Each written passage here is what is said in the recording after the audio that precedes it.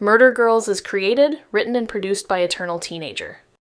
Content warning. This episode contains panic attacks and anxiety disorders, seizure disorder and medical emergency, discussion of murder and violent death, grief and loss, ongoing themes involving the death of family members, surveillance and stalking, breaking and entering, threats and intimidation, environmental crime and corporate malfeasance, references to trespassing on private property, exploitation of trauma for media and entertainment, manipulation and gaslighting, references to past car accidents and traumatic brain injury, alcohol consumption, cigarette smoking, mentions of drug dealing, implied romantic or sexual relationships, family conflict and dysfunction, claustrophobic situations, and frequent profanity. Listener discretion is advised. Previously on Murder Girls. How long? What? The video. How long? Leave it alone. Next time, they finish the job. You knew. I was going to tell you. Oh yeah? When? Before or after I started believing I fucking deserved it? I was trying to protect you. From what? They've arrested Lily for Dylan. Lily's not talking, and she has no alibi for the time of Dylan's death. She's protecting someone. The machine is absurd, which is exactly what I need right now. Something concrete that isn't Amy, betrayal, or the fact my entire understanding of my own trauma was a lie. I flip through the live feeds, and then I see her, Amy, with Eleanor Holt. Where was Lily Monday night? I don't know. She's protecting me. If Lily's protecting anyone, it's probably her dad. What were you two doing that's worse than murder? We were in Holtwood, restricted area near the old paper mill. This is what we found. He shows me a video on his phone. A massive concrete pad, hidden under camo netting in the redwoods. Over there, look. Plastic pods like something you'd ship alien eggs in. You know this doesn't clear her, right? That's all I have. You didn't get that from me. You're your father's kid, all right. He came sniffing around Holtwood before he died, asking questions he shouldn't have. I leave with footage I can't use and knowledge that makes everything worse. We found something.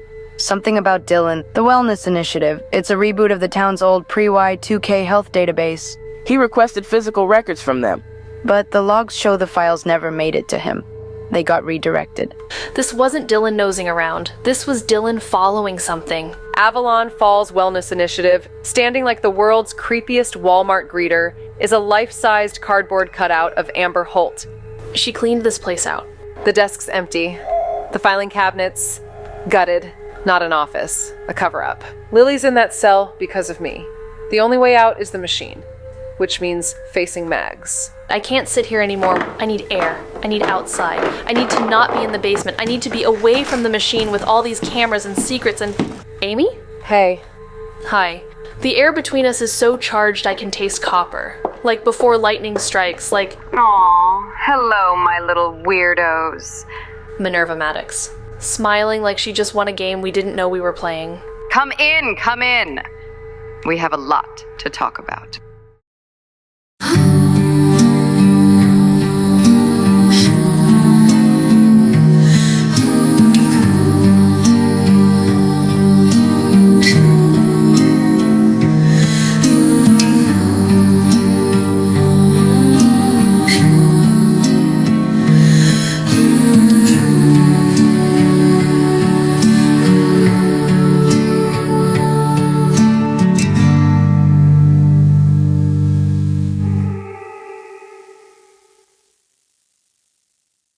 Murder Girls, Episode 8, False Faces.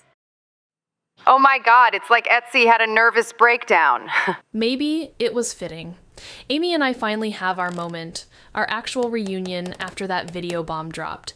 And who crashes through the door like she owns the emotional rights to our lives?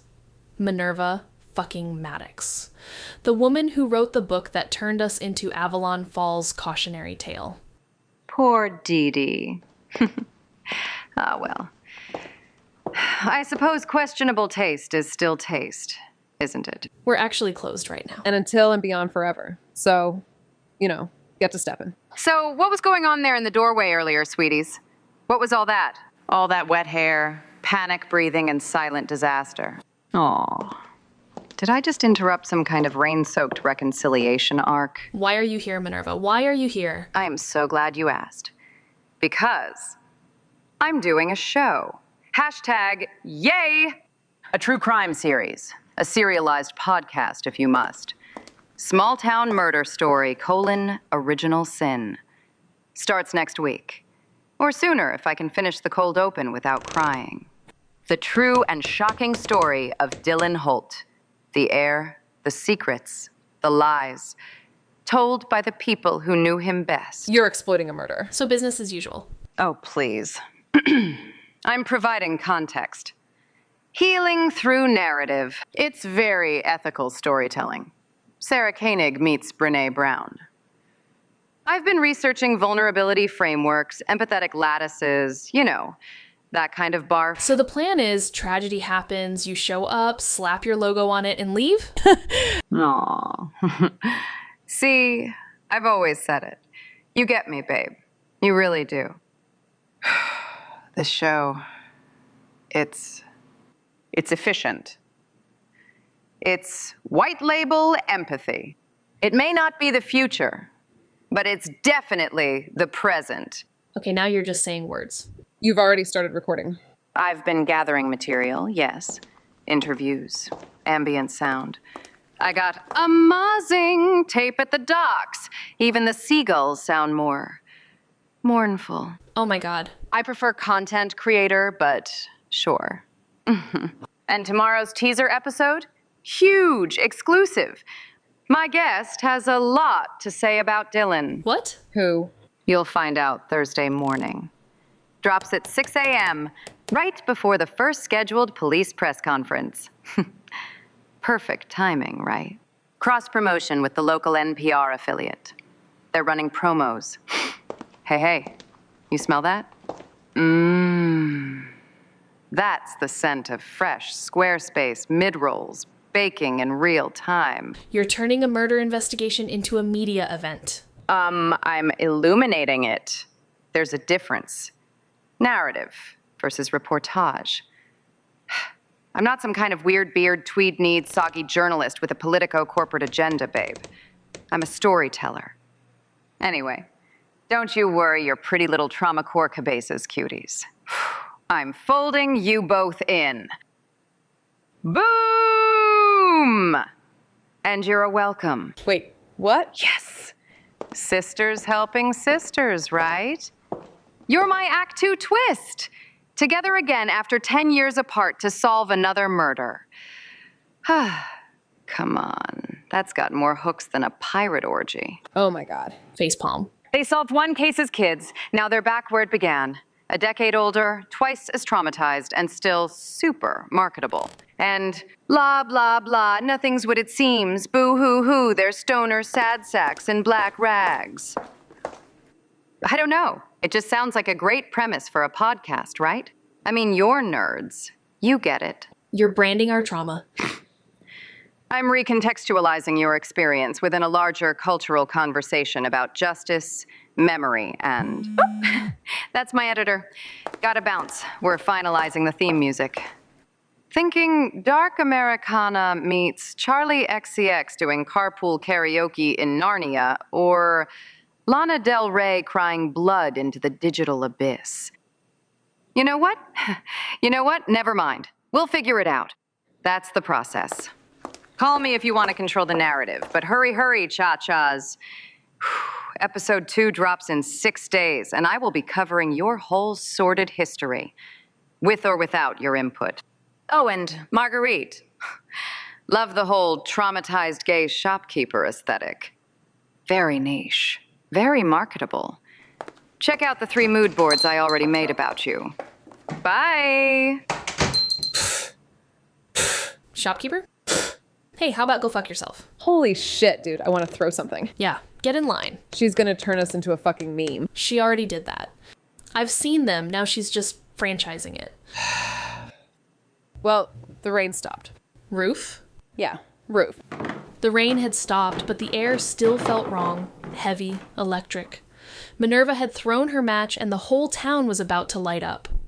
We didn't have time for more sideshows or to crawl back into old wounds. Dylan Holt was murdered, and too many people were trying to rewrite what it meant.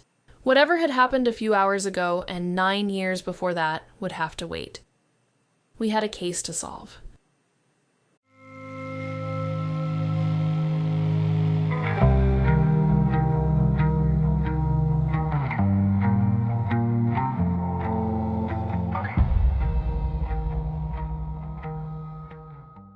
Loose Ends has a little balcony up on the roof. Part fire escape, part secret lookout. It's the kind of place where you can almost believe the town makes sense if you stare hard enough. The rain's stopped, but everything still smells like wet wood and bad memories. Mags leans on the railing, pretending she's calm. I'm pretending I'm not vibrating out of my skin. We haven't talked about the video. Or Minerva. Or that thing that almost felt like forgiveness between us before she barged in. It's hanging there. Like static or gravity. Pulling at everything we say. I tell myself I'm fine. Totally fine. Just a little sleep deprived, over-caffeinated, emotionally concussed. But Mags keeps looking at me like she's waiting for a diagnosis. You okay? Yeah, fine. Why? Because you look like you haven't slept in 3 days, and you're vibrating. I'm focused. Plus, hella caffeine. Amy, It's true. you're burning out. She wasn't wrong. I'd been running on coffee and cortisol since even before Dylan's murder. But I couldn't let Mags see that. Medical student Mags, who could probably diagnose me with adrenal fatigue just by looking at my cuticles. So, I spoke with Claire about Lily. And they arrested her because she has no alibi for Monday night, or at least not one she's talking about. And Dylan's phone records came in. She was the one he was supposed to meet at 7 p.m. Shit. Yeah, which I led the cops right to, so great job, me. That's not enough for an arrest, though. There's more. Apparently there was a police report from last week. Some kind of confrontation between Lily and Dylan at the Sloppy Otter. Got heated. There are witnesses. So now they're doing the whole hold her for 48 hours thing, trying to find evidence. Of course, word is the Holts are pushing the cops to sweat out a confession, but Lily's not talking, so far. Shit. To quote John Wick, yeah. Okay, like 6 out of 10. Oh, come on, man. Okay, well, maybe there's good news. I used the machine to reconstruct Dylan's Monday night. Nice. Look at this. Whoa, hey, what's this? A printout? That's Dylan, and that's Evan Parker from Omnia at the Falls Mart gas station Monday night around 8 p.m. It got heated, like should have been a police report heated. But it wasn't. Nope. Huh. Evan was supposed to go see Eleanor this morning to pick up some painting he bought. I went to see her earlier. Eleanor, I mean. Okay. Lily's not talking to Eleanor, and Eleanor doesn't know where Lily was when Dylan died. But she's got an alibi. Bearview, charity function, whatever. Convenient. Or, just true. Oh, get this. Eleanor had a painting in her office with a note stuck on the back. Handwritten, red ink. And? Same handwriting as the one we found at the docks. Swear to God. You're sure? Yeah, same ink too, but that's not the best part. Hello? So what's the best part then? Whoa. Sorry, spaced a bit. Dylan wrote the note. No way. So Dylan wrote both. So, the murder victim left a cryptic clue. That is some spicy, wild mystery sleuth sauce right there, mi amigo. Wow. That's what it looks like, which means either he found whatever the original sin is, or it found him first. Well, I also have something, and surprisingly, it's related. Whoa, what the hell is that? Art, I guess? Looks like some black metal album cover. I found this at the Otter, under about 6 layers of wallpaper. Check out the handwriting and ink. Dylan wrote that too. What does DS look closer mean? If I knew, I'd tell you. These are definitely some tiny threads, but it feels like something is here. Agreed, but it might have to wait. I also talked to Lily's dad, Daniel Siaya. I feel so unproductive. So, Daniel? He says Lily was with him Monday night. Then why isn't... Because they can't tell anyone. They were trespassing on Holt land. Like, the fucking Holtwood even. And they saw something. Look. Oh, shit. What is Holy that? shit. Yeah. Corporate malfeasance, environmental crimes, the kind of thing that gets people killed if they talk about it. So Lily's protecting her dad. The Omnia deal is too big for the originals to lose. Doesn't matter who gets crushed. Yeah, maybe even Dylan. Right, so I was thinking we need to get this to the weirdos. Let those little freaks really dig into it. Amy. Come on. They really are freaks, right? I mean, Walter makes his own hot sauce, yeah? And Pipes, excuse me. Like, do I need to go on? Look, I think you're in full Save Lily mode, and I get it, but... But what? Save Lily mode looks a lot like Solve Dylan's murder mode, but they're not the same thing. And if we're not careful, we'll miss something. I can do both. Can you? I have to try. I know.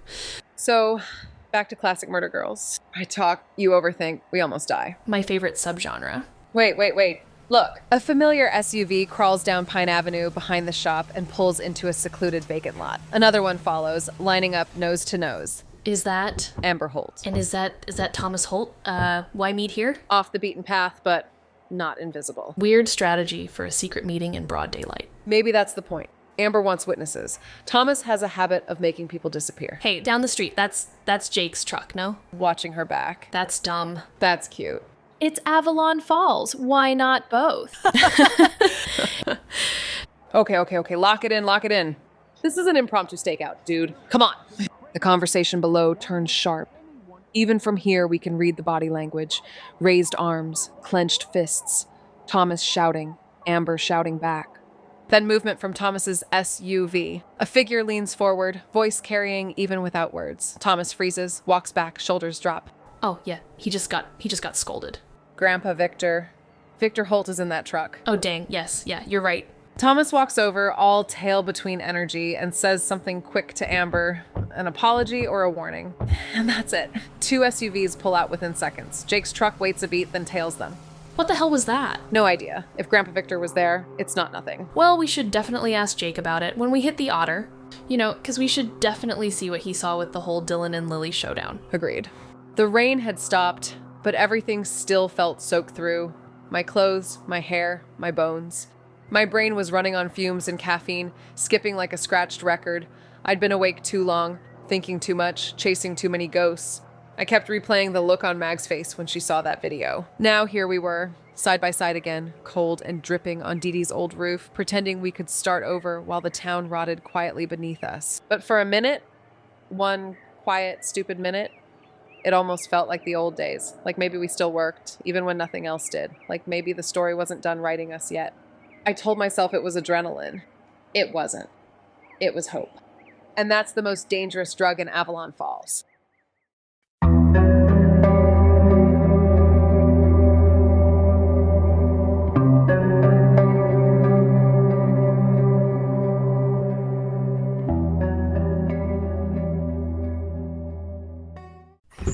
Sunset Shores Trailer Park. I'd never been here before yesterday. Never seen this part of Amy's life. It's hard to picture. Amy at 14, basically on her own out here.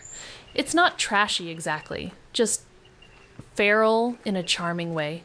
Burning Man vibes meets off-grid survivalism, solar panels next to lawn flamingos, people carving their own lives into the edges of the map.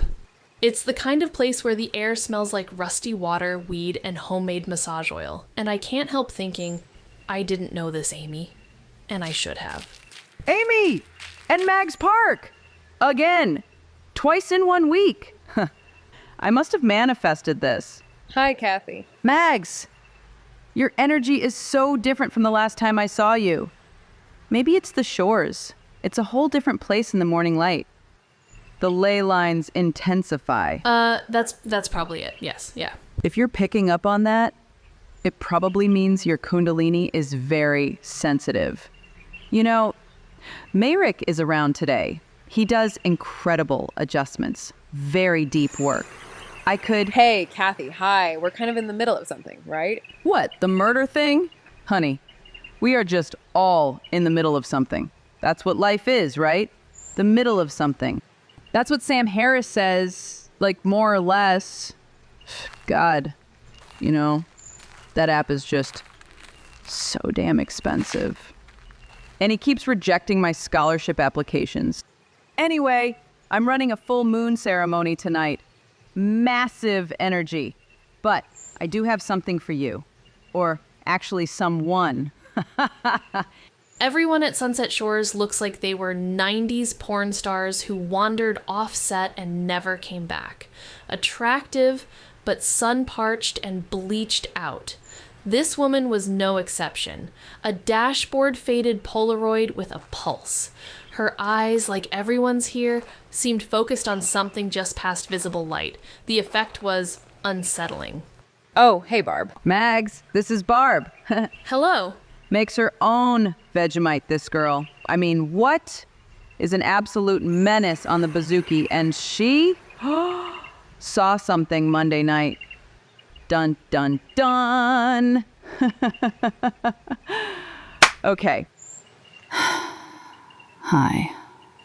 Sorry about Dee Dee. Such a radiant soul. Dee Dee was radiant. Yes. Yeah, definitely. Just would have loved to be called that too. All right. So, what kind of something did you see, Barb? So, I was out late. Like 2, maybe 3. I was out walking Mr. Biscuits, as is my custom at that time. Oh, Mr. Biscuits? And that's, I want to say, your dog? It's her hedgehog. Ah, okay. So you were, walking him? She is nocturnal. Anyway, I saw this guy booking it from out of your little grove there, Amy. Running like his ass was on fire. Could you see his face? Too dark to get a look at his face. But he was tall, broad-shouldered, moved fast. He had a very masculine, very powerful gait. Feline almost, like a tiger. Yes. Okay, let's focus. And this was Monday night? Yeah. After all the commotion with the murder, but before sunrise. I know because I do my sun salutations at dawn, of course, and, well, I hadn't done them yet. Right. You know, because there was no sun. Ah. You're sure it was a man? I mean, now that you're asking, less sure. Could have been a really fit lady. Who am I to gender a blur? Barb! You're leaving out the other piece of the koan. The cop car. Cop car? What cop car? Right. Yeah. A few minutes later, a cruiser headed the opposite way down the main road. Like it was trying to cut him off. So the cops were chasing them? Or looking for them? So, is this a clue or a lead? Oh.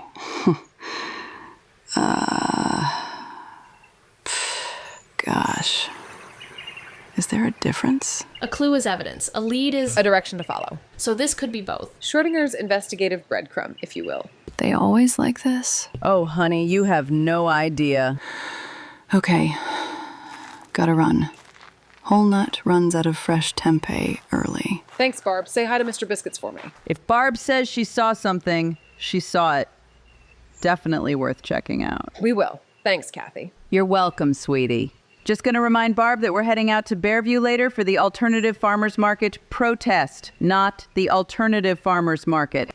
It's a subtle distinction, but an important one. When I talk to her about it, I feel like she has it all crossed up in her mind, and I just really need her to bring the right energy to this, you know? Stakes are just too damn high to get low-gear Barb energy today. I mean, have you seen the price of Peruvian chocolate? My God. Okay, Kathy. Bye! Am I the only one who thinks it's weird that there was a patrol car cruising the trailer park right after the murder call? Yeah, I'm not a cop, but Dylan's murder seems like an all-hands-on-deck type situation. We should check the machine, see if any cameras caught whoever was running. Yeah, I was planning to see if Dee Dee tapped into the park's feeds. I have a feeling Dee Dee had something set up to watch you specifically. Creepy, cute, both? As we walked toward Walter's trailer, the sun broke through the fog. Harsh, golden, unforgiving. Amy squinted into it like someone used to living in the dark. She'd built a whole life here. Strange, messy, resilient. The kind of life you grow when no one comes to save you, and I'd missed all of it. Part of me still wanted to apologize for every year I wasn't here, but another part, the one that keeps me breathing, knows the only way back is forward. Maybe we can't fix what broke 10 years ago or even last night. But maybe, just maybe, we can build something new on the ruins. And maybe this place, with its weird light and hedgehog walkers and mystic ants, is where that starts.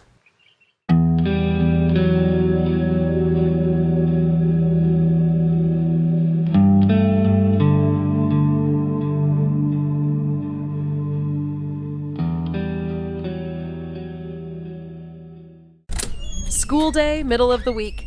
And here they all are, all of the weirdos, crammed into Jenky's trailer like it's mission control for some extremely unaccredited space program. Laptops open, snack wrappers everywhere, the air thick with caffeine and conspiracy. Part of me wants to tell them to go to class. The other part wants to ask if they're hiring. Oh my god, this is either the best homeschool or the worst one, no in between. Yep. What up, my nerds? You're here. I'm not even wearing my shoes. We've been waiting. Did you bring... Yeah, we've got something. 2 somethings, actually. Sweet. Whoa, hold on, kids. Before we do this, you need to understand something. Okay. Once you see this, there's no going back. This isn't Reddit theories or TikTok conspiracies bullshit, okay? This is real and dangerous. So if any of y'all wants to get off the big ol' scary Avalon Falls bus o' doom and generational trauma, now's the time. That's really not the way to discourage us. You know that, right? Objectively, you did just make it sound way cooler. So much cooler. We're definitely in. Ride or die, baby. Man, I gotta say, I love these fucking guys. Okay, but we're starting with the medical file. Save the video for after. Video? You have a video? Hey, I want to see the video. Oof. We're really blowing this role models thing. We're doing the file. Danielle Chase. Her file was part of the physical records Dylan pulled from the Wellness Initiative. The ones you put us onto, so arigato for that. Doitashimashite. Whoa, nice. The question is, why is her file there, and why did Dylan want it? Checking for cross-references in the system logs. Could be a pattern. Medical history that connects to something else Dylan was investigating. Possibly. There are a few rabbit holes you could go down. Environmental exposure, pharmaceutical trials, familial connections. That extra file tag is still bugging me. It's not standard protocol. I'll keep digging. Yes, yeah, definitely a huge question mark. Did you guys know Mags is a doctor? Amy. Like an actual doctor. You know, with all of the school, cutting up bodies, more school, white coat fever. Yeah, all of that. That must come in handy. Oh, for sure. So handy. Amy. What? I'm saying you're a talented, useful friend that I absolutely adore and parasocially obsess over. Wait a sec. You're not connecting to the internet with all of this, hacking, right? You think the Holts don't monitor this town's Wi-Fi? That's naive. I mean, I'm half joking, but also not really joking at all. I actually can't joke. I have a condition. It's physically impossible for me to be 100% totally joking. Yes. Funny story. Well, not funny, I guess. That's weirdly plausible. The Wi-Fi thing, I mean... Oh, I'm not joking. I wouldn't. I can't. I was in a study. I'm air-gapped. Relax. I can see it happening right in front of me. The same fever that gripped Mags and me when we were kids. That sense of invincibility. The certainty that we were built for this. That we could handle it. And the guilt lands heavy. We told ourselves this was safer than the real world. That giving them digital tasks kept them out of danger, but really, we were just handing them the same loaded puzzle we couldn't stop touching. We're also on the clock. Minerva Maddox. She's got a podcast up and running about Dylan's murder. The teaser drops tomorrow morning. You can imagine how that's going to go and just make everything super extra and super messy. Pipes, you okay? Yeah. Just like... really hate that woman. Duly noted. So what's the play? Should we cross-reference Danielle's file with the other names Dylan pulled? Exactly. Look for overlaps. Anything that connects them beyond just being in the system. And keep everything offline. No clouds, no Reddit, no group chat leaks. I give you my solemn oath that we'll run a tight ship. Comforting. So, that cursed video that's going to scar us for life? Yeah, what's in the video? Footage from Lily Siaya and her dad. They took this Monday night. Same window as Dylan's murder. Wait, the Daniel Siaya, the protest guy? Yeah. He and Lily were trespassing on Holt land. They saw something they shouldn't have. And if what's in this video is what we think it is, it's not just trespassing anymore. It's evidence. Like felony level evidence? Worse. The kind that gets people killed. Take a look. You can hear it before you see it. The hum of machinery under the trees. The kind of sound that makes your stomach tighten because you know it's not supposed to be there. Holy shit, what is that? They all lean closer, eyes wide, faces lit blue by the screen glow. It's the same look Mags and I had once. The one that says this is real now. Okay, yeah, wow. That's a felony. More than one. So that's why she isn't talking. It's not politics. It's survival. If she says anything, she and her dad are done. Yeah. Holt land, corporate waste, one dead heir. That's not a protest story anymore. That's a kill your witnesses kind of story. And there it is. The shift. The joke stops. The room gets smaller. For a second, they understand what Mags and I have been carrying since we were their age. Do we send this anywhere? Not yet. We don't even know who's watching. Plus, and I'm just being real here, Lily Siyaya is in jail in a compromised police station. Okay, got it. Got what? Dude, chill. We'll explain after. Come on, man. You're gonna ruin this opportunity for us. Sorry. And that's the part they don't understand yet. How quickly the line between curiosity and exposure disappears. For now, just log what you can, keep it local. No uploads. Copy that. We're on it. This is actual detective work. Like real stuff. We won't let you down. That look in their eyes, pride, purpose, the belief that they're part of something that matters. Okay. We're heading to the Sloppy Otter next. Text if you find anything. Will do. You want some Sunset Shores Scorcher for the road? Hard pass. We're good, thanks. But I will take some of that trail mix of yours, if you have any, just lying around. I do. Let me get you a mason jar. Really? It has wasabi peas. So, they reminded me of us. Right? Yeah, I hated it. Me too. The worst part of seeing yourself in someone else is knowing how the story ends. It's knowing that role models are worse than the villains because the villains never disappoint you. We told ourselves we were protecting them by involving them, that we were giving them purpose, not putting them in danger, that this was safer than them doing it alone. But that's the lie. We weren't keeping them safe. We were recruiting them. The next generation of people who don't know when to walk away. And just like us, they'll learn too late that some puzzles don't want to be solved. They want to consume you. You okay? Yeah. Ask me when this is over.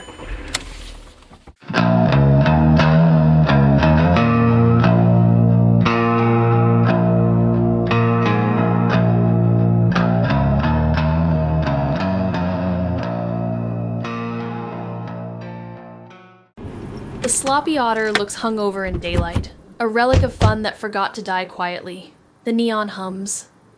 The air smells like beer, bleach, and denial. And there's Jake pacing behind the building, gritty, pretty, but there's an edge, smoking, checking his phone, radiating nerves. The swagger's gone. Whatever went down with the Holtz this morning left something behind, the kind of haunted that clings. Hey, Jake. Hey, you hear about Lily? Word travels fast. Yeah, small town. Dead rich kid. That's how she goes, right? Same number again. Same one as last night. 157. Whoever he's talking to keeps him on a short leash. My money's on Amber Holt. We heard there was an incident here last week between Dylan and Lily. Yeah, there was. Minor thing. Cops blew it up. Made it sound worse than it was. What happened? Dylan came in off, wired, like he'd been chasing ghosts for hours. Drinking hard, asking Lily questions she didn't want to answer. She told him to back off. He didn't. Got loud, tried to grab her arm. She shoved him. I broke it up. You okay? Yeah, just... Dylan got like that sometimes, All wound up, desperate, like he was looking for something he couldn't find. You knew him pretty well? Well enough. We hung out a few times. Nothing serious, but yeah. I knew when he was hurting. The way he says it, soft, like it's breaking a rule, tells me everything. Grief wears a lot of disguises in Avalon Falls. That night at the bar, that was one of his bad nights. I should have cut him off earlier. Fuck. That's it? That's all that happened? Yeah, that's all. Heated, sure, but nothing worth calling the cops. Which, actually, I still don't know how they found out. Someone reported it? Nobody here did. We don't really do that. Speaking of those sorts of thingies, we saw you this morning with Amber and Thomas Holt. You were watching? The two of you. Holy fuck. Of course you were. We were on a roof. Amber and the Holt boys were in a parking lot. You were parked down the street. It looked pretty intense. Not exactly the Hallmark Channel. I mean, dated reference, but you get our point, right? Holy shit, how do you even do that? Look, that was just... It's just Holt stuff. Family business, I'm not part of it. They don't exactly invite the trophy wife's fuckboy to Sunday dinner. Didn't look like family business. Looked like Thomas was getting his ass handed to him by someone in that SUV. I stay out of it when I can, all right? That's the smart play. But you were there. Amber she wanted someone watching her back. Ah, for fuck's sakes! Look, I don't know what the fuck they were fighting about, okay? And I don't want to know. The less I'm involved with Holt family business, the longer I stay alive. A now all too familiar SUV approaches, pulling up and parking. And there she is, Amber Holt. Fucking fuck. Amber Ashford, one-time WB background noise, 3 seasons of tank tops and teen angst before the network and her career both folded. Then she met Richard Holt, played mistress until the first Mrs. Holt self-destructed, then stepped into the role like it was another casting call. She's not from Avalon Falls, but she learned the accent, wealth, guilt, and good lighting. Yeah, park near the bar and no colors. He'll know what that means. Amber Holt, casually ordering a biker perimeter like she's picking up organic fruit. She ends the call and opens the back of the truck. I hear the shuffle of paper, the thud of a cardboard box landing on the gravel. Even before I see it, I know what it is. Files. Dozens of them. Sunglasses, perfect blowout, one hand balancing a box like it's a prop. She moves slow, direct approach, straight for Jake like a shark through cold water. Hey, babe. She just hands the box to Jake like it's a live grenade. Her perfume hits a second after. Put this somewhere safe and not upstairs. Now! He takes it without a word. She turns away, making another call. The queen of a crumbling court, still pretending her crown isn't slipping. We're opening that box. 100%. So, Jake, you know Lily didn't kill Dylan, right? What? Yeah. Yeah. I know. Of course. Then help us prove it. Help? How? Like what? Drive the fucking mystery machine? Let us talk to Kenzie. She saw what happened, right? Between Dylan and Lily. She saw more than I did. Yeah. Then let us talk to her. We're trying to help Lily. And figure out who really killed Dylan. Not make things worse. Okay. Fuck. Fine. God. Jesus Christ. You want to talk with her? Fucking talk with her. Holy shit. Just keep it quick. And don't make me regret this. Oh, we won't, buddy. Thanks, Jake. Come on, Kenzie's inside. Guilt and empathy, the oldest trick in the book. And Jake folded like origami. But that box? That box had answers written all over it, and we were going to read every line.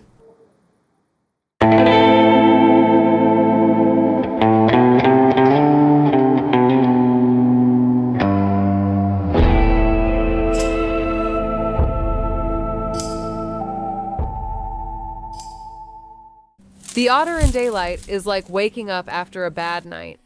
Everything's still sticky, but nobody wants to talk about why. The air smells like stale beer, salt, and secrets. The jukebox hums low, like it's trying not to be noticed. Kenzie's here, of course. Always is. Tiny lady, huge gravity. She wipes down glasses like she's polishing memories instead of glassware. She always looks like she's waiting for someone to ask the right question. Mags sees her and freezes.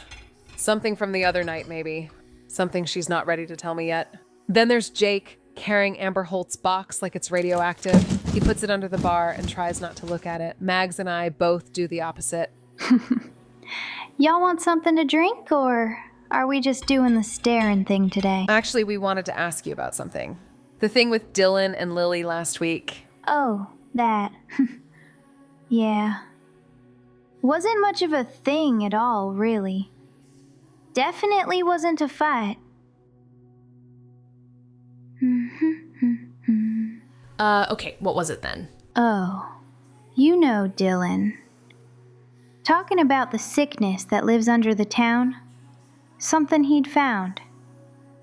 Something that scared that beautiful boy bad. What kind of sickness? Did he say? The kind that grows in the dark.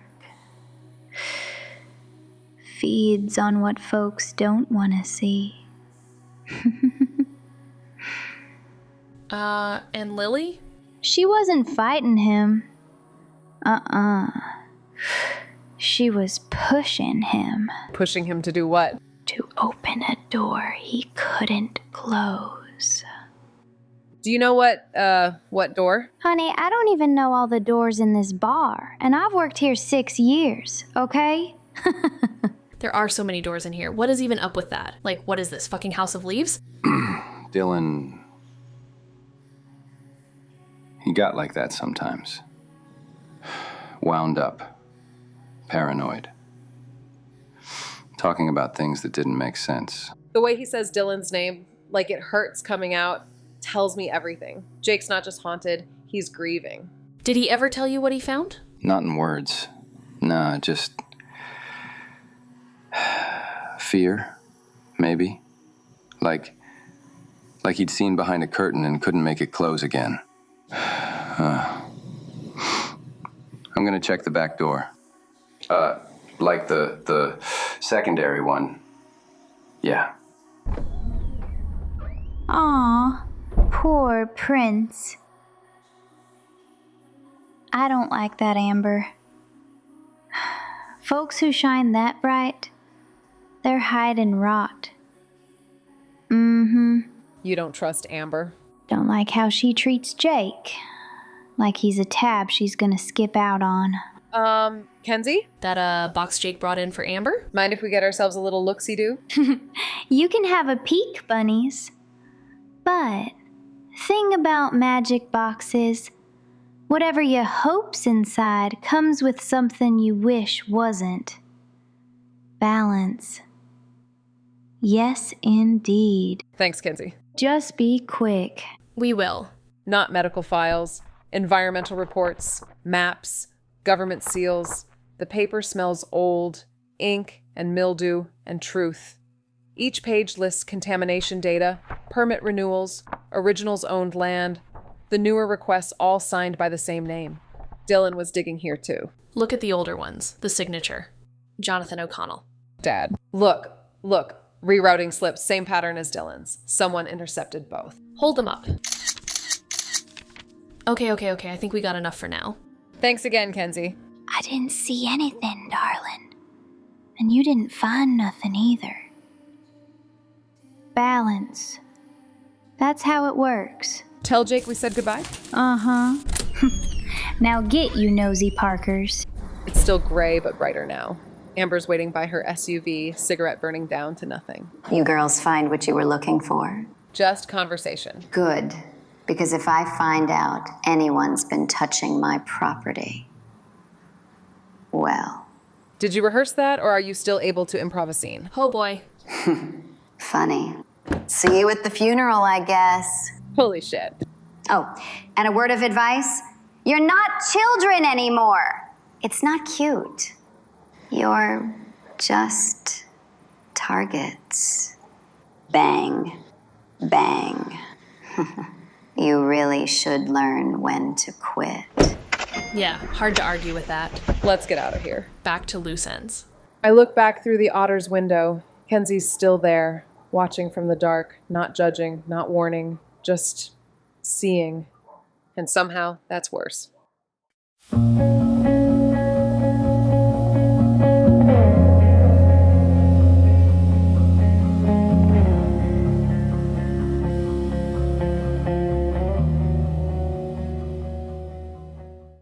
It's almost noon. We've been running for well over 24 hours. Minerva, the Weirdos, the Otter, each stop just another lock with no key. The answers aren't hiding anymore. They're taunting us. Okay, so the files. Environmental reports, contamination data, that lines up with what Daniel said, right? About my dad digging into Holt eco violations. It definitely does. Then why does Amber have them? Why stash them at the Otter? Maybe she's protecting herself or protecting evidence. Or both. Yeah. Those files are some serious leverage, right? For real. Amy's fraying. You can see it in her shoulders, in the way she's chewing her lip bloody just to stay awake. She's been running on caffeine and spite since I came back. And last night happened, and now we're here. Bruised, unfinished, pretending to be detectives while the world writes our obituaries in real time. Whoa, Amy, look. News vans, multiple, parked along Cedar Street, satellite dishes, crews setting up, cameras shooting B-roll, some already shooting reporters.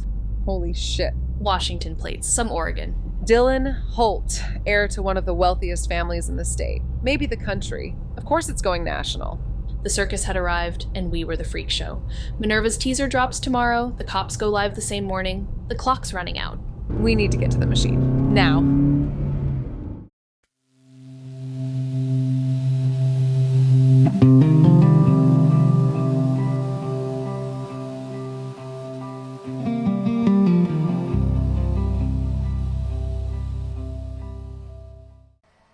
The Seattle video still hangs between us like a storm cloud.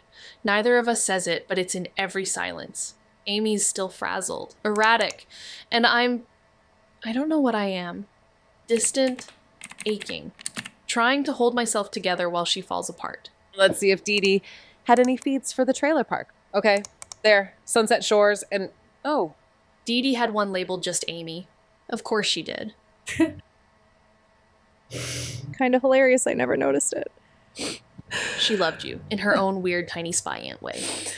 Yeah. Yeah, she did.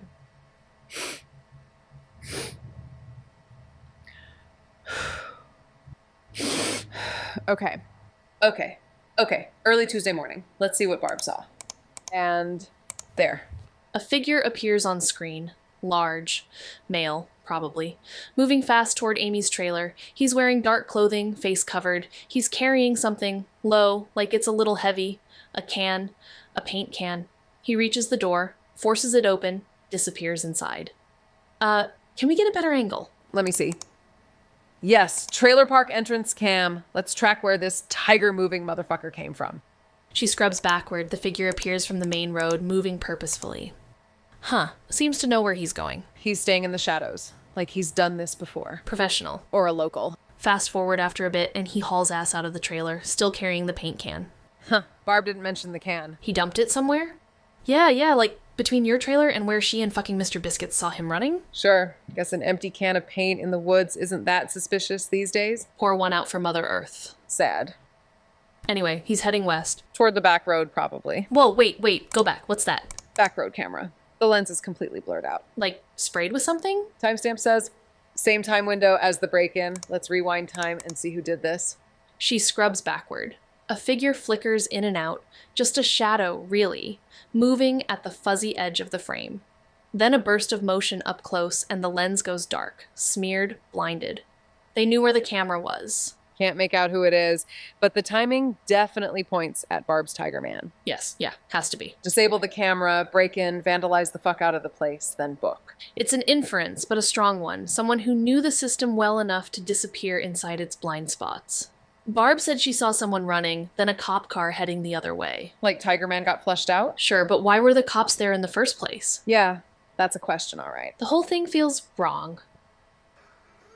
The fuck? Oh my god, that wall is the worst. It is. Truly. But, yeah. But it only goes off when something big walks past it. Like a person. Shit. Heavy footfalls, upstairs, careful, deliberate. Someone is inside loose ends. Eggs. I know. Then I hear it. Not the steps upstairs anymore, but Amy. Her breathing's gone ragged. Short, sharp pulls of air. The kind that means she's losing the thread. Shit. I turn to look at her and her eyes. They're not focused. She's already halfway somewhere else. No. Not now.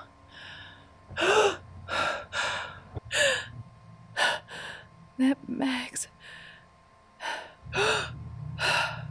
Hey, stay with me. Stay with me, Ames, okay? I catch her as she starts to fall, lowering her carefully to the floor. Her body tenses, seizing. She shakes in my arms. The violence of the convulsive onset, that awful moment when the body forgets who's in charge. And I don't know if I'm holding her still or holding her here. Amy! I've got you! I've got you, baby. I've got you.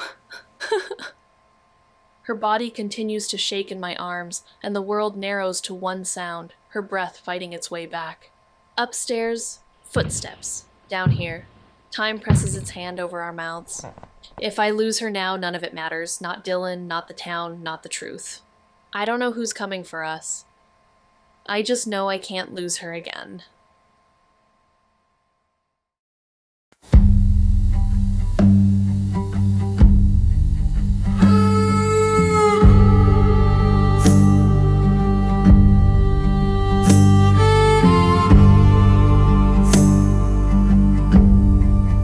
Out of place, memories of stepping through an empty space the soft regret returned for nothing. I paid it all back for nothing, for nothing, for nothing at all. The promise kept, a dream forgotten, nothing left except the shame, except the shame. I see your face through static, the night won't give you back. The night won't give you back to me.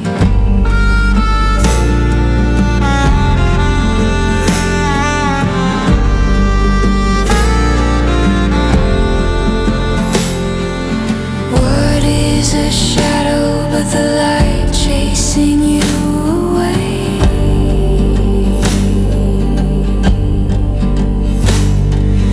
What is a heart? Something I've never known. A promise kept, a dream forgotten, nothing left except the shame, except the shame. I see your face through static, the night won't give you back. The night won't give you back to me.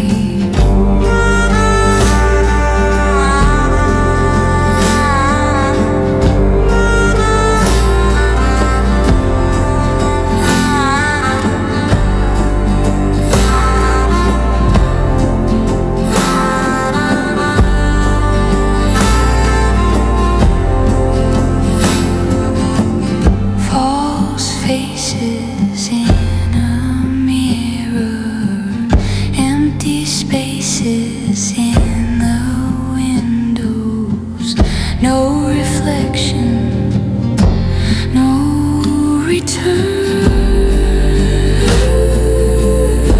no return, no return.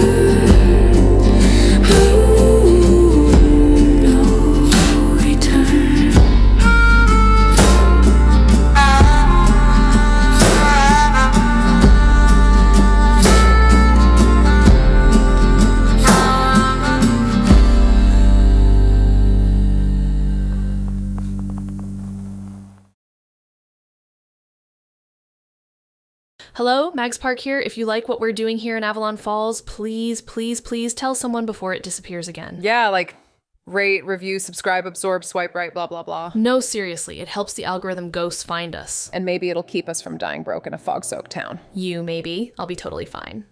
Yeah, that tracks. Eternal teenager, eternal teenager, gonna step into the light.